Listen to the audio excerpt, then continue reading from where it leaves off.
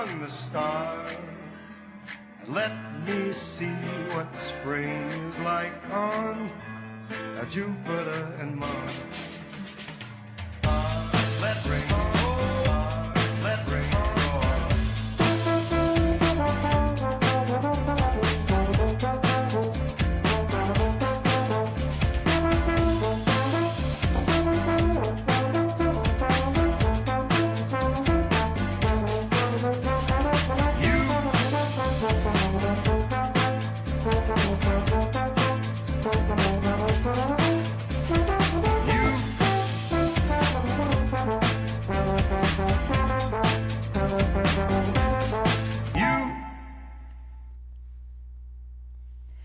Good morning, race fans. Welcome to Today at the Races. I'm Naomi Tucker, joined by Keith Few. So, Keith, we have a big day ahead, big weekend ahead. How are you doing, and are you looking forward to the card? I'm doing well.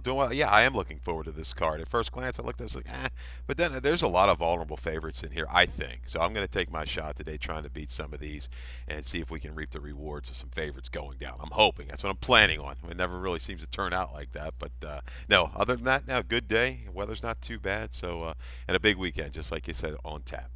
Yeah, well, you've given us plenty big priced winners, so I dare say trying to beat a couple of vulnerable favorites. You might just turn out a few more nice winners for us. And there are a couple of significant scratches as well, so it seems like the fields, the value might shift a little bit, but we see what we can get. But of course, let's get to the big carryover for today. We have a Stronach 5 carryover of $97,891. So let's make that $98,000. We have 5 races. The first 2 legs are the Maryland Jockey race 8, race 9, and we go to Santa Anita Park for race 3. Golden Gate Fields is in the mix, race 3 as well, and then we finish things off with Gulfstream Park race 10. So what a huge carryover pool. And of course, Keith, you're going to help us find at least a winner or two in those first 2 races. I'm looking forward to it massively. Of course, we have a big carryover here at Laurel Park for the Rainbow Pick 6 as well. Starting in race 4, we have $8,915 in the pool, which will be growing significantly, I say. But even just looking at the Stronach pool, we are already over $100,000. So that pool is just going to keep on growing. We might even go towards that $500,000, right, Keith? Absolutely. I think it's going to get there. And some significant scratches, as you mentioned, clearly in race 8 with a couple of lower price horses that we're going to take plenty of play. Goldfellow, Portal 1 are out of there. So my top selection is probably going to come down in price there. And the 9th race, Ego Trip 5-2 morning line. I think there's some other ways you can go in there as well. So, yeah, big pot to target. I think a $500,000 is well within reason. Yeah, let's hope we'll see the pool swell throughout the day. But of course, tomorrow, big race day tomorrow at Gulfstream Park. Of course, we're all going to be tuning in for the Pegasus World Cup. You can see NBC covers it as well. 4:30 p.m. You can tune in and you can watch it live as well on social media. I know that they're streaming sort of the jockey cams out as well, which is just a wonderful experience to see. And it's very exciting. I don't know if you had the chance to watch the fields, yes, Keith, but the Pegasus World Cup main race as well as the Pegasus World Cup Invitational, especially the turf, the Invitational turf race is a wide open affair. It certainly feels like there's a little bit of value to be found. I know Todd Pletcher is 3 deep in that race with Colonel Liam Proy going to go off at the slight favorite. And of course, the main race, Pegasus World Cup, I'd say Brad Cox's Knicks Go is going to be the one to catch. But certainly, I will be watching and looking forward to it. And what's going on tomorrow as well is the renewal of Beat the Expert. Get your picks in for the races on Saturday, today, on Friday. So pick more winners than our racing analysts. And this week it will be Timothy Tulloch that you're taking on. And he told me he is well prepared and he's had a good look at tomorrow's card. So do go to laurelpark.com to put your winners in. And yeah, good luck. We'll see who comes out on top. But let's have a look at the track conditions for today. You mentioned, Keith, not a bad day at all by the looks of it. Yeah, track is fast and it's been playing pretty honest for the most part. Did see a trend maybe a little bit towards the inside Monday, but nothing super strong. But last week Beat the Expert. What was the result? I'm not aware that I'm still waiting for the result myself. Okay, yeah. Okay. All right. Okay. I might take a dive if they ever ask me. I just want the fans to win the money. No. No, I'll make 'em work I'm for gonna it. put you forward. I'm gonna put you forward. I think that would be wonderful as well. Yeah, no, great competition. I can't wait to see how Tim fares. Tim and I were kind of doing a little head-on-head to just to see who was picking many more winners on the day. So we're kind of internally having a little competition All as right. well. So I think that one is quite intriguing too. But let's kick things off here with race 1, the start of the early pick 5. I created a ticket myself. Of course, this first race, the fillies claiming 40,000, going 7 furlongs. And in race 1, I go 3. You can see I go quite spready. I really struggle to find a single in this earlier sequence. I used the 1, the 3, and the 5. The 1, what goes on tour, I find very intriguing here. Just a fair bit of speed on that inside rail, and a really sharp work. 1:00 and 2 breezed from the gate last time out at that Thoroughbred training center. I thought that was very sharp coming into this, so certainly be very intrigued to see how the number 1, what goes on tour, how she will do. And then in race 2, I go 3 deep again. I use the 1, the 2, and the 6. The 6 being my top selection there, Capricosa for Maria Cupriu.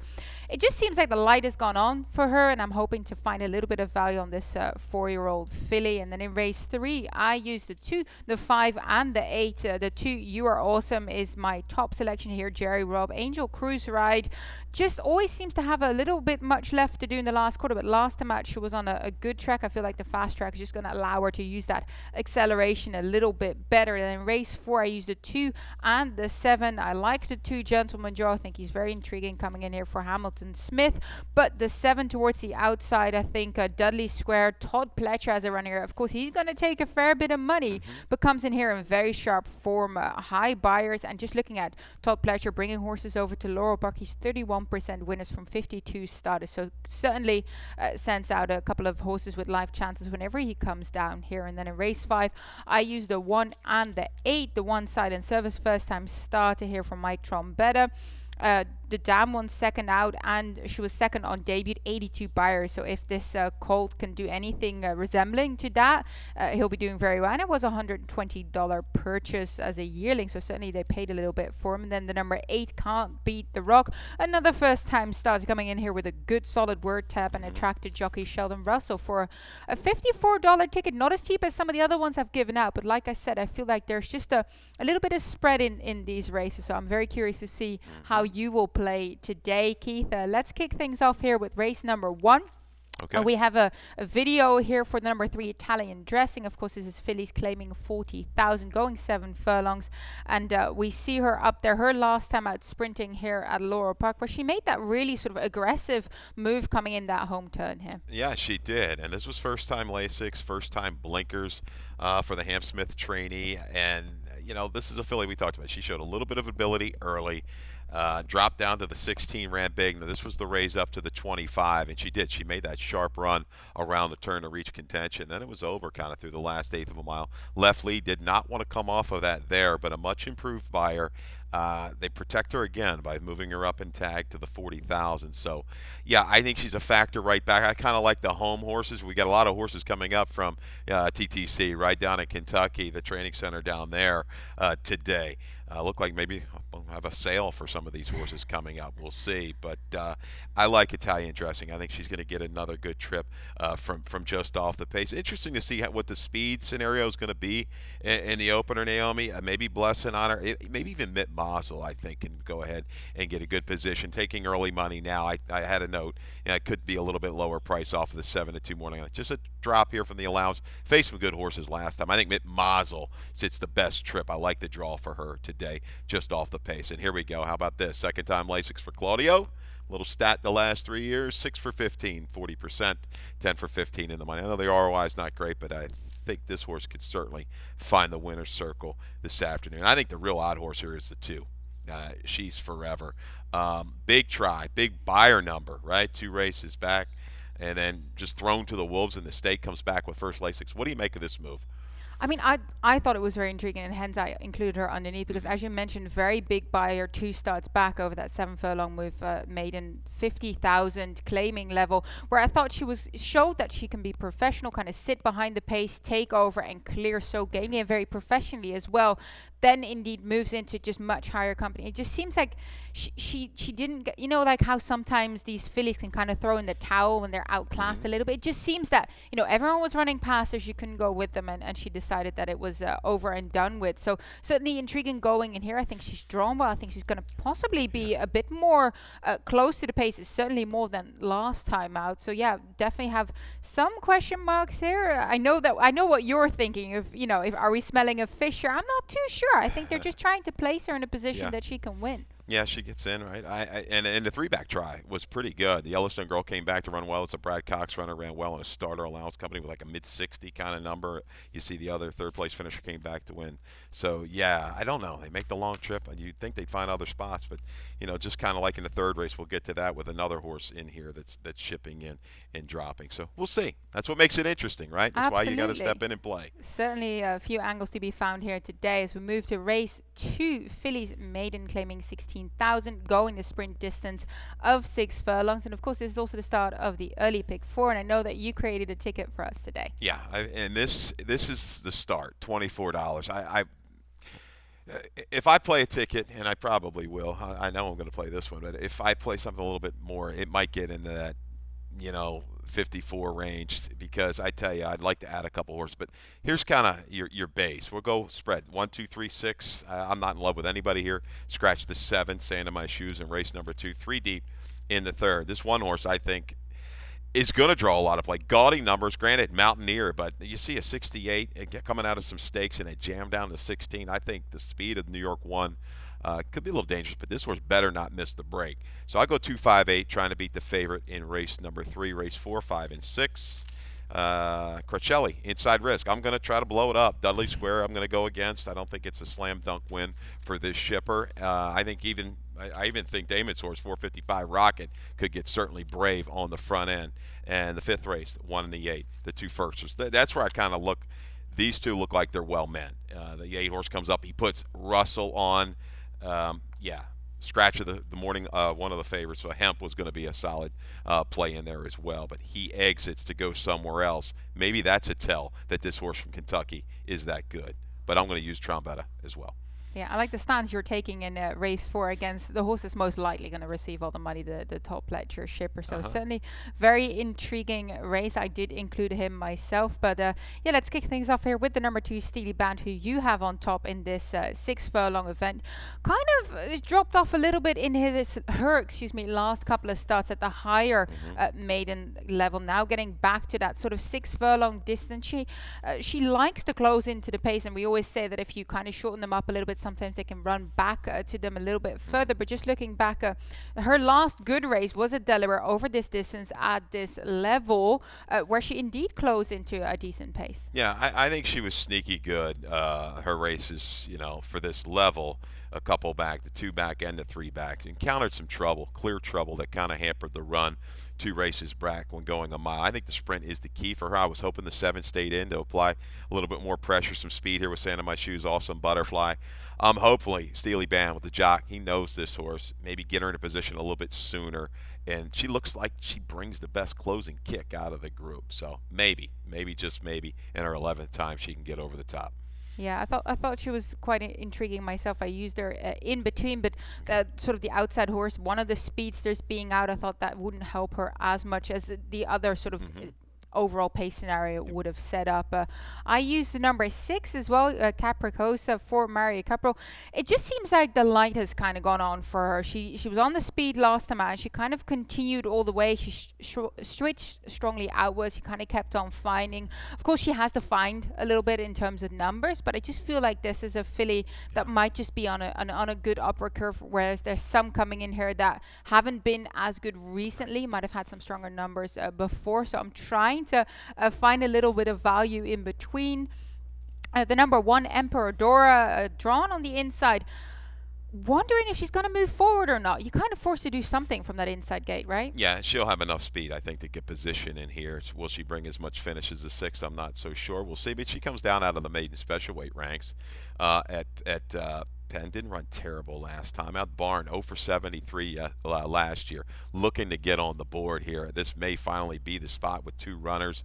Had a couple horses hit the board at big prices down here, but I'll take a shot here.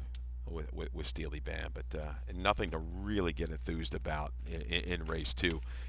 Nothing that I can take a firm stance and say, yeah, go bet. All right, well, let's take a look at race 3 then, claiming 16,000, sprinting 6.5 furlongs. So we do have another video spotlight here on the number 2. You Are Awesome. We're looking back at this Jerry Robb trainee as he was running last January. You can see it was a good track that day, but wow, he made quite a sharp move, even though he had to wait for a fair bit. Yeah, and he was under a ride from the far turn, so they put him into a drive, tried to sustain that, caught some traffic there. You see top of the stretch, had the run stalled, is able to alter through the outside into the clear, brings a pretty good run. Just misses a nose. Natty Bow gets it done. You Are Awesome. That was back on the Lasix. You see some of the company lines there. Singlino in the running lines as well. So he's run against some pretty good horses that were decent at 2. Now we're into the 3-year-old run.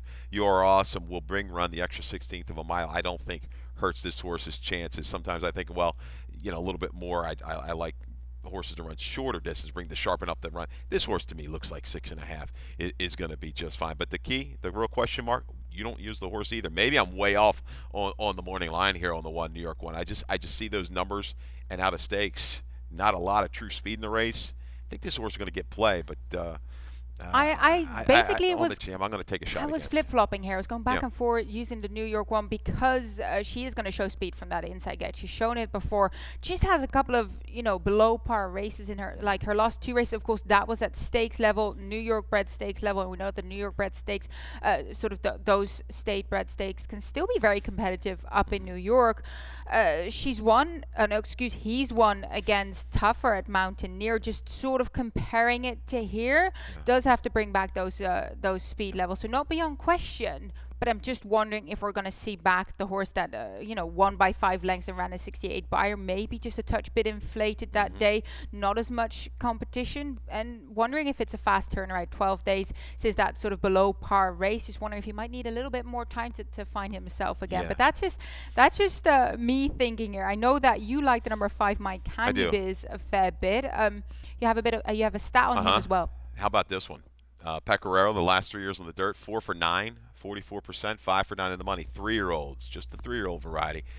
Maiden winners last time out. That's what you're getting in My Candy Biz. He scored a couple weeks ago, right, with Cinco Nola at a big price at 8-1 from off the pace. This horse has improved. We talked about the second Lasix angle for Pecoraro when talking about Cinco Nola a couple weeks ago. This horse has positional speed. If the one misses the break, I think My Candy Biz will be forward and can stretch it. I think breeding-wise, no problem here, 6.5.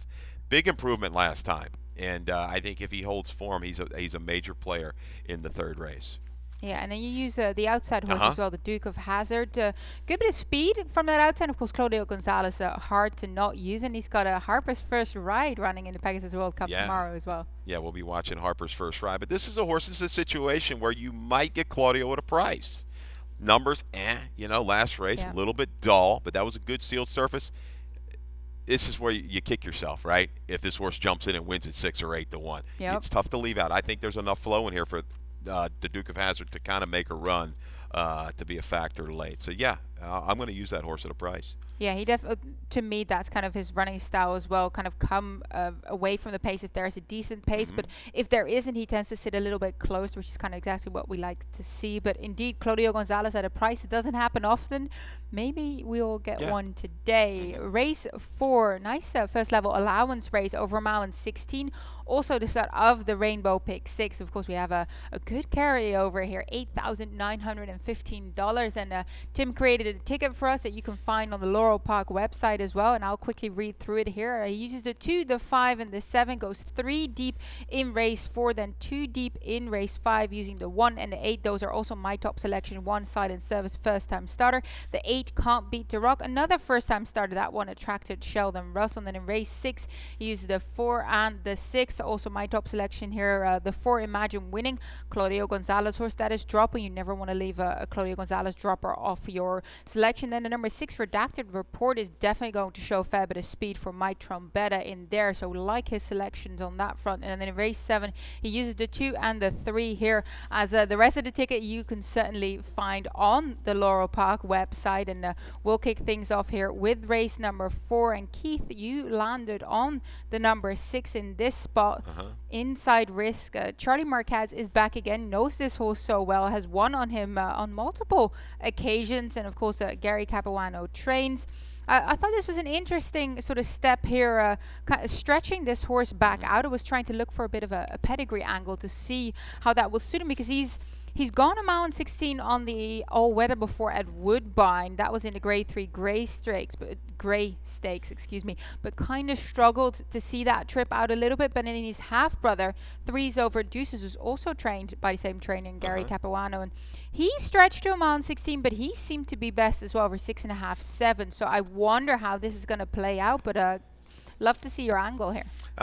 You talked about Threes Over Deuces, and sometimes, talking to ex-jocks and everything, and they're talking, maybe you can fool a horse first time out, going long, stretching out. This horse is bred to be okay going long. I mean, by street sense. I think Gary Cap, here's a stat I came up with. Now, granted, it's a little bit off, because I'm not going to consider that synthetic try. I'm throwing that out. But first dirt routes, he's 7 for 22 the last 3 years, 453 ROI. It's pretty good. And I'm not sold on the favorite. I think there's some speed in here. 455 Rocket is quick. First time gelding, I'm going to respect the fact that they're going to put this horse in this tough of a spot. They claimed this horse, Damon and company, back in November. They've waited. Inside posts, going long. This horse is going to be a factor. He will dig in when challenged. So I think Dudley Swears a horse is going to make a move into it, kind of like Gentleman Joe. I see them just kind of maybe in their own little battle flattening, looking for that horse to sit the trip off of it. Inside Risk and Crelcelli are the two that I think can benefit and maybe stalk and pounce in here. But this is a tricky little race. I can't take the short price on Pletcher. You talked about Pletcher's percentage coming in here, but he's only 1 for 5 in allowance races on the dirt the last few years. So not a stellar record there, but draws outside. And look, 2 races back, he gets beat. Oh, he just beats VIP Ticket. That horse got beat at 1 to 5 the other night at Charlestown. So if he beats me, he beats me, and I'm going for a little bit of a price in here. Yeah, I know he's drawn to the outside, but it's not the biggest of fields, only 7 horses. So I was wondering if that was kind of okay. Had a couple of works in between that last race. And I think he's going to be more forwardly placed than what he was last time. He seems a lot happier being on the lead or close to it. So I'm hoping that that's going to be the case today. You mentioned there might be a couple of horses on his inside that want to move forward. So definitely hope he doesn't have to use too much energy to get to the lead, but certainly very strong connections that you have to respect in this spot. As we'll take a quick little break. Do stay with us. We'll be right back. And they're off. Second in the 2-path. Ground on her inside. Race.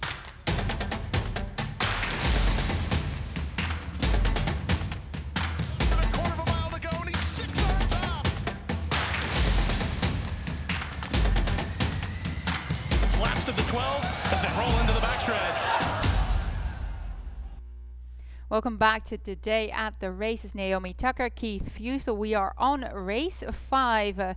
Interesting maiden special weight event, 6 furlongs, and the majority of the field are first-time starters. So we had a replay on the number 2 Hemp, but of course Hemp is a very significant scratch because he was one of the few horses that came in here with a very decent buyer number and recent experience. So he's not going to be there. And I see you landed on the number 1 Silent Surface, Förster for Carpe Diem, Michael Trombetta. The dam won second out, and her second start on debut was a nice 82 buyer, and she was third in a Grade 2 Santa Ynez on her third start, and 5 from the 7 siblings placed out of the box. So clearly a very respectable family. And you've basically took everything right there. And I think the recent work over Laurel, he brought this horse in to get a work over the racetrack. We saw that with one of his runners the other day that absolutely whistled. I like that trend when Mike does that. So, yeah, obviously this 8 horse, I think, is going to be well met coming in, just working crazy down there in Kentucky. You see nothing but bullets, very quick works. 1 winner from 2 runners. Second dam was graded Grade 1 stakes placed. So yeah, attracts Russell, I think it's one of these two. I mean, maybe the Donnie Bar horse, the other first or the other day, take a lot of money. Could run all right and upset them, but these look like the two. Yeah, they certainly do. Yeah, I like the number 3, Dream Happy, just a little bit. Mm-hmm. If you look at Kyro Prinks, he's 15% winners with 3-year-old firsts, which is always good. And the Dam Notch, the Versus, won on debut at Fairground as well. Lower claiming level, sort of that maiden 12.5, but still good to win first out of the box. Intriguing field, that's for sure. Certainly be good to see where the money will go. But I agree with you. I thought the number 1, Silent Surface, maybe that inside gate is never really that ideal position wanting to be in on your debut. So he has that going against him just a touch. So I gave a slight nod to the number 8, Can't Beat the Rock, as you mentioned. Very sharp works coming in here from Kentucky. And just talking about that Thoroughbred Training Center, absolutely beautiful facility. I was very lucky to go out there, and it's just very peaceful, a nice track as well. So yeah, they certainly come in there with probably a good foundation underneath him by the looks of it. Anyway, as we'll move on to race number 6, claimers going 6 furlongs, nominated 2 lifetime for the nickel level here. And Keith, we kind of see this quite similarly. Yeah. You just give the slight nod here to the number 4, Imagine, winning a closer, coming in here for Claudio Gonzalez. Of course, first time gelding and dropping very steeply. Yeah, and I'm playing the percentages, I guess, when you're looking at the list, the trainers and what they've done of late. Now, Claudio come off to a little bit of a slow start at the meet, but trust me, he'll ramp things up, and Trombetta's just been red hot. Redacted report, the question mark is the layoff, the big drop. There's a couple question marks, and the lone sib only topped out at like a 35 on the dirt.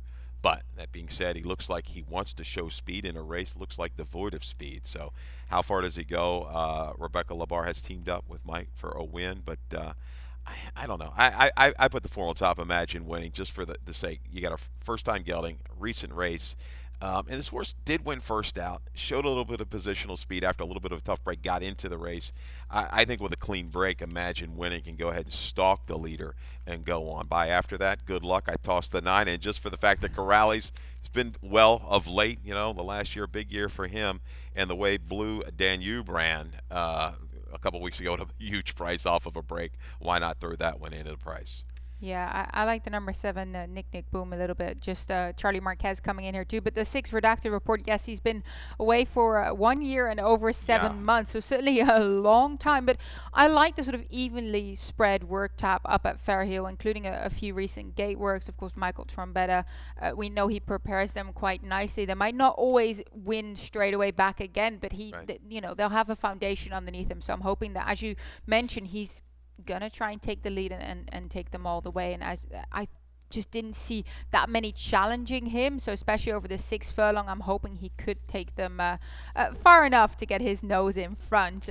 Race number 7, this is a interesting race here, a second level optional claimer, 6 furlongs, and of course we'll see the number 7 Phantom Row come back in here. He's away from his most beloved condition in that starter allowance race, where he's always able to dominate it up front, and you can see him here just absolutely cruising away. Yeah, and he catches a 2 other than that's not super tough. He got caught up going very quick last time on the off track and just faded a little bit. He breaks clear from the outside. No fortunate friends to make that move into him. Bel Tapasseri got back to doing what he did best, showing that speed and grinding it out. Carry times lays close, but I love the position of Phantom Row out there, and I think you get maybe with the scratch of the 4, we can get like 3-1, 7-2 on him. And I think against this group, he can control it. Yeah, he got beat by carry times, going back in a 2 other than. He didn't show that speed. He'll show it today. I think the road goes through him. Yeah, I just gave the slight nod to carry times based on the fact that he has been competitive at this level, shown last time out where indeed it wasn't really a Phantom Rose race. As you mentioned, he just went a little bit too hard, and that service just tired him out ever so much. A significant scratch in the number 4, Fortunate Friend, because I thought he was going to be that one that turns up late and kind of just carries a little bit of class with him, having run at those higher levels and done so well. So yeah, certainly an important scratch there. And yeah, the number 3, Carry Times, for me just takes the nod, sort of that nice inside gate, stalking speed, can kind of make a move to hopefully color Phantom Row, who's probably going to try and move forward again. As you mentioned, I like the number 2, Bel Tapasseri, a little bit. Didn't get to the number 1, WW Sprint Time on the rail here for Carlos Mancia. Just kind of, to me, felt like he just gone a little bit of flat as of late. Yeah, Yeah, I think he's going to get another good flow to run into. 6 furlongs, he's been good, hits the board a lot. I don't think you can leave him out of the exact. His figs work enough for him. But carry times, he's been honest. He's been going off, a couple big prices of late. The two-back try you can completely toss out. But you throw that race out, 4 of his last 5? Very good. He works here, and he can stalk in pounds as well. Yep. Yeah, definitely very intrigued to see how this one works out, and if Phantom Row can get his nose back in front as much as he likes to. I really have enjoyed following Phantom Yeah, Row he's a just cool throughout horse. his races. Yeah, he just, he tries so hard, and he's that flashy horse that's in front. And even when someone tries to kind of, bring this speed to him, he'll still put them away. He'll still he's okay dueling. He doesn't, Yeah. let himself overboil when someone pressures him. So very sort of more veteran style professional that we keep seeing back here. Race 8. This is it, Keith. Start Okay, there it of is. the Stronach 5. Of course, we have a huge carryover of nearly $98,000. The pool's nearly $110,000 already. The first leg here at Maryland, here at the Laurel Park Jockey Club. Then leg B is our nightcap in race 9. Leg C at Santa Anita Park. Leg D, Golden Gate Fields. And the closing leg at Gulfstream Park, where they're gearing up for a huge Pegasus World Cup weekend. But let's get this one home first, Keith. Yeah. Let's have a look here at what did you make of the field. You ended up on the horse towards the outside here. This is a maiden 25,000 claimers, 7 furlong. And the number 12, Golden Warrior, comes in, a first-time starter for Dale Capuano. Of course, Golden Lad has been pretty decent with his firsters, and his half-brother Wait for Dark won on debut here as well, that maiden 40 level. And unfortunately, our price, I think, is going to come down. We've got the scratch of the 2 Goldfellow, the 3 Portal 1, your 5 to 2 Morning favorite. But I look at this, and I'm looking just basically kind of looking at the workouts, Naomi. You remember Rubber Band the other day? Yeah. The 4-year-old that just absolutely ran off the screen. I went back and looked. It looks like these two were working with each other by the looks of things. And this horse a couple times worked a little bit better. So taking the shot here with the Lasix on, draw to the outside, a clean break. Dale went to the last 6 months. The last 6 months on the dirt with the first-time starters, he's 3 for 9 and 5 for 9 in the money. So, yeah, percentages are in your favor there. So I'll take Golden Warrior right out of the box. Yeah, certainly a horse that I use underneath as well, because it just feels like this is one of those races that can produce kind of a blow-up winner here. I use the number 4, Golden G, on top, just looking at the fact that Rodolfo Sanchez Salomon has had 2 3-year-old firsters, one with one of them. When you're looking at these 3-year-old winners, he's currently 25% with the firsters, so that's quite decent. And McLean's Music with 3-year-old and up first is 16% winners. 6 registers works, 2 from the gate, 48 and 4. Definitely seems to me a little bit of a player, but also a bit of a price play here. I think morning line 12 to 1, that's probably going to come down, as you mentioned, with the fact that Goldfellow and Portal 1 are out, but I'm still hoping to find a little bit of value. And then I use the number 1, Get Lit, for Anthony Lynch as well. Just if he runs back anything 2 starts back, that sort of 50 buyer could be intriguing here, unless we indeed have a blow-up runner, which might be your horse, the number 12. You used a 5 as well. What the flash for Claudio Gonzalez coming in here? Yeah, and this horse's odds are going to be severely hampered by the scratches too. I don't think What the Flash wants to go long. You look back, you 3 races back, a 52 sprinting in the Maryland Million Nursery behind Kenny Had a Notion. That buyer clearly works with the horses that have run in this race. So now you've got first-time Claudio, route the sprint, Lasix going on, lots of positives. Hard to leave out the 5, What the Flash, but the price is going to get crushed, I would think, due to these scratches.